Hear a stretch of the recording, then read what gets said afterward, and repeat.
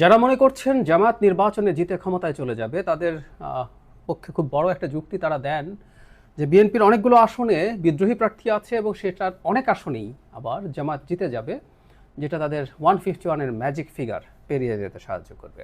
যারা সেটা মনে নাও করেন তারাও অন্তত এটা মনে করেন যে বিএনপির বিদ্রোহী প্রার্থীর কারণে জামাতের সিট সংখ্যা অনেক বাড়বে। আসলেই কি বাড়বে, আমরা সেই ব্যাপারটি একটু তলিয়ে দেখা দরকার বলে মনে করি। তথ্যটা প্রাথমিকভাবে জেনে নেই। ৭৯টা আসনে বিএনপির বিদ্রোহী প্রার্থী আছে, আবার কোনো কোনো আসনে একাধিক আছে, সেখানে তাতে টোটাল দাঁড়ায় ৯২ জন। এই প্রসঙ্গে একটু বলে রাখি, একজন আছে জামাতেরও, মানে জামাতে ইসলামী যে ধরনের পারসেপশন মানুষের মধ্যে তৈরি করেছে, অসাধারণ কঠোর শৃঙ্খলা তাদের মধ্যে, ডেডিকেশন তাদের মধ্যে, তারা যেহেতু কোরআন বা ইসলাম ভিত্তিক দল তাই তারা এসব করেন না, এই একটা ঘটনাও খুব গুরুত্বপূর্ণ। এই একটার বাইরেও আরেকটা ঘটনা আছে, আমি সেটা ব্যক্তিগতভাবে জানলাম।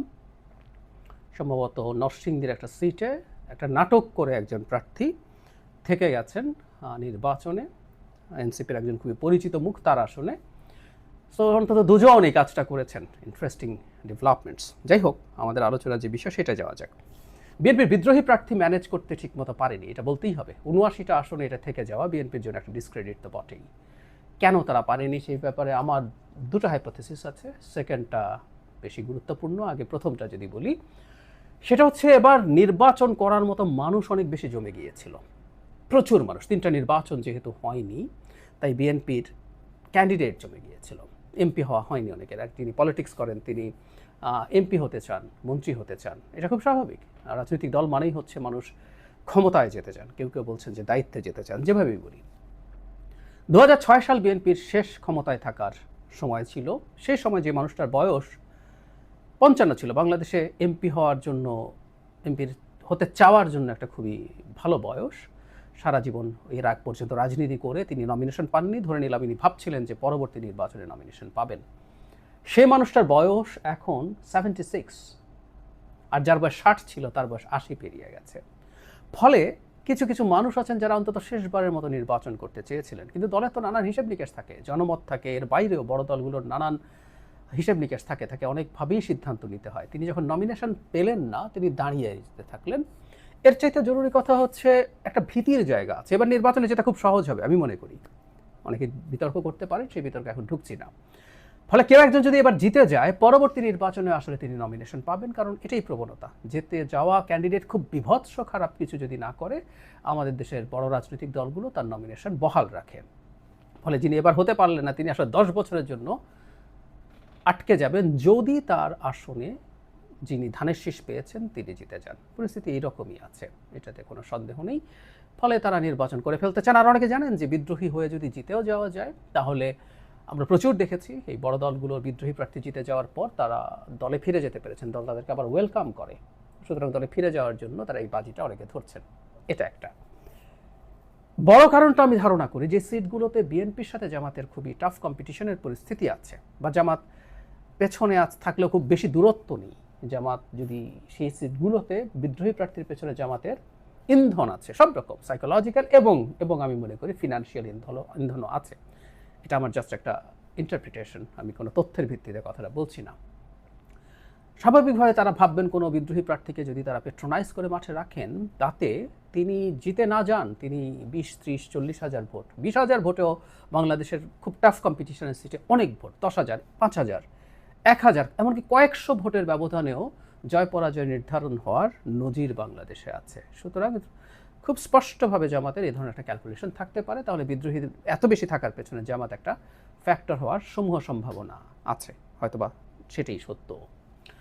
এখন সেই প্রশ্নটা করছিলাম যে এটা কতটা প্রভাব রাখবে, বিদ্রোহী প্রার্থীরা কতটা বড় ইম্প্যাক্ট রাখতে পারে। আমি মনে করি ইম্প্যাক্টটা আসলে খুব বড় হবে না, খুব বড় হবে না। কারণ হচ্ছে, মানে যে কারণে বাংলাদেশে এবার জামাতের যতটুকু ভালো করার কথা বলে মনে করেছিলাম ততটুকু ভালো হবে না, ঠিক একই কারণে। সেটা হচ্ছে যে প্রার্থীটা, যে পার্টিটা জিতে যাবে, যে পার্টিটা ক্ষমতায় যাওয়ার সম্ভাবনা আছে, সেই পার্টির মার্কাকেই মানুষ ধরে ভোট দেবে। হতে পারে যাকে নমিনেশন দেওয়া হয়েছে তাকে অনেকে পছন্দ করেন না, এবং হতে পারে যে নেতাকর্মীদের একটা অংশ তার সাথে থাকছেন না। কিন্তু ভোট শুধু নেতাকর্মীর কাজ না, নেতাকর্মী মানুষের বাড়ি বাড়ি যেতে পারেন। আমরা ধরে নিলাম যিনি নমিনেশন পাননি, কোনো কোনো ক্ষেত্রে তার সাথে অনেক বেশি নেতাকর্মী কাজ করছেন। নেতাকর্মী কাজ করলেই, বাড়ি বাড়ি গেলেই মানুষ গিয়ে সেই ব্যক্তিকে ভোট দিয়ে দেবেন অন্য একটা মার্কাতে, এটা খুব সোজা না। আমরা দেখেছি অনেক বড় বড় পরিচিত মানুষ দল থেকে বেরিয়ে নির্বাচন করে ভালো করেননি, মূলত এই কারণে। এই কারণে আমরা দেখব ছোটবেলা থেকেই আমার খুব মনে পড়ে যে আমাদেরকে মার্কা মুখস্থ করা হতো। মার্কাটা কি, সাথে ধানের শীষ বা নৌকা, এই স্লোগানগুলো ছিল। কোথায় সিল মারতে হবে, নৌকা মার্কায়, ধানের শীষে সিল মারো, এই ধরনের কথা বলতে বলতে আমাদের প্রোগ্রামিং করা হয়েছে। ফলে ব্যতিক্রম হবে না তা বলছি না, মানুষজন আসলে ধানের শীষে ভোট দেবে। তবে বিএনপির সাথে যারা জোটে গিয়ে বা সমঝোতায় গিয়ে নির্বাচন করছেন, সেই সিটগুলোতে আসলে সম্ভাবনা আছে বিদ্রোহীরা জিতে যাবেন। কারণ যারা ওখানে আছেন তাদের তো ধানের শীষ থাকছে না, তারা তাদের দলীয় নিজস্ব মার্কা নিয়ে দাঁড়িয়েছেন। এরকম কিছু সিট আছে, 5-7টা সিট। এই 5-7টা সিটে স্বতন্ত্ররা জিতে যাওয়ার খুবই সম্ভাবনা আছে, জিতেই যাবেন। কিন্তু যে কথাটা বলছিলাম জামাতের প্রভাব, যে সিটগুলোতে জিতবেন না কিন্তু অনেক হাজার বা বেশ কয়েক হাজার ভোট তারা পেতে পারেন, সেগুলোতে জামাত আসবে কিনা। আমার ব্যক্তিগত অপিনিয়ন হচ্ছে নেক টু নেক ফাইট করার মতো জায়গা জামাত কিছু সিটে জিতবে, সেগুলোতে তারা ইনফ্যাক্ট বিএনপির প্রতিদ্বন্দ্বী এই যে স্বতন্ত্র না থাকলেও জিতবে। সেই সংখ্যাটা কেউ অনেক কিছু বলেন, আমি অনেক কিছু মনে করি না। কিন্তু নেক টু নেক ফাইট আছে, এই সংখ্যা আসলে খুব বেশি না, এবং সেখানে শর্ত হচ্ছে উল্লেখযোগ্য সংখ্যক ভোট স্বতন্ত্রকে পেতে হবে। সে অনেক কিছু হবে আমার কাছে মনে হয় না। এই ৭৯টা সিটের মধ্যে আমি যদি ধরি যে 10টা বা 20টা সিটে জামাত পেছনে আছে কিন্তু অনেক বেশি দূরে নেই, তো সেখানেও ওই শর্ত আসলে খুব বেশি প্রযোজ্য হবে না। যদি 20টাও ধরি, তার যদি অর্ধেকও যেতে জামাত, কাগজে কলমে বলছি 10টা সিট বেশি জিততে পারে সর্বোচ্চ, তাহলে জামাত যা সিট পাওয়ার কথা তার সাথে 10 যোগ করতে হবে। এখন কত পাওয়ার কথা এটা নিয়ে আমার ধারণা আমি বলেছি আগেও, আবার একটু বলতে চাই যে বিএনপিটা বললেই আমার মনে হয় জামাত ধারণা করা যেতে পারে।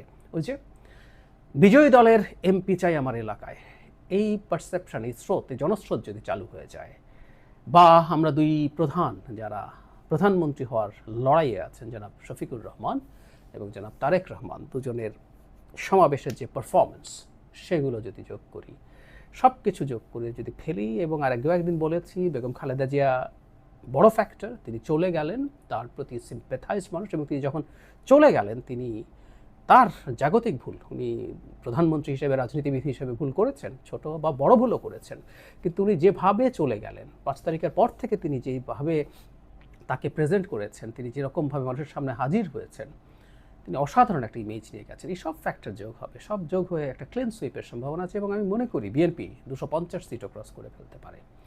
এই স্বতন্ত্র এতে খুব বেশি প্রভাব ফেলার তেমন কোনো কারণ আসলে আমি দেখি না।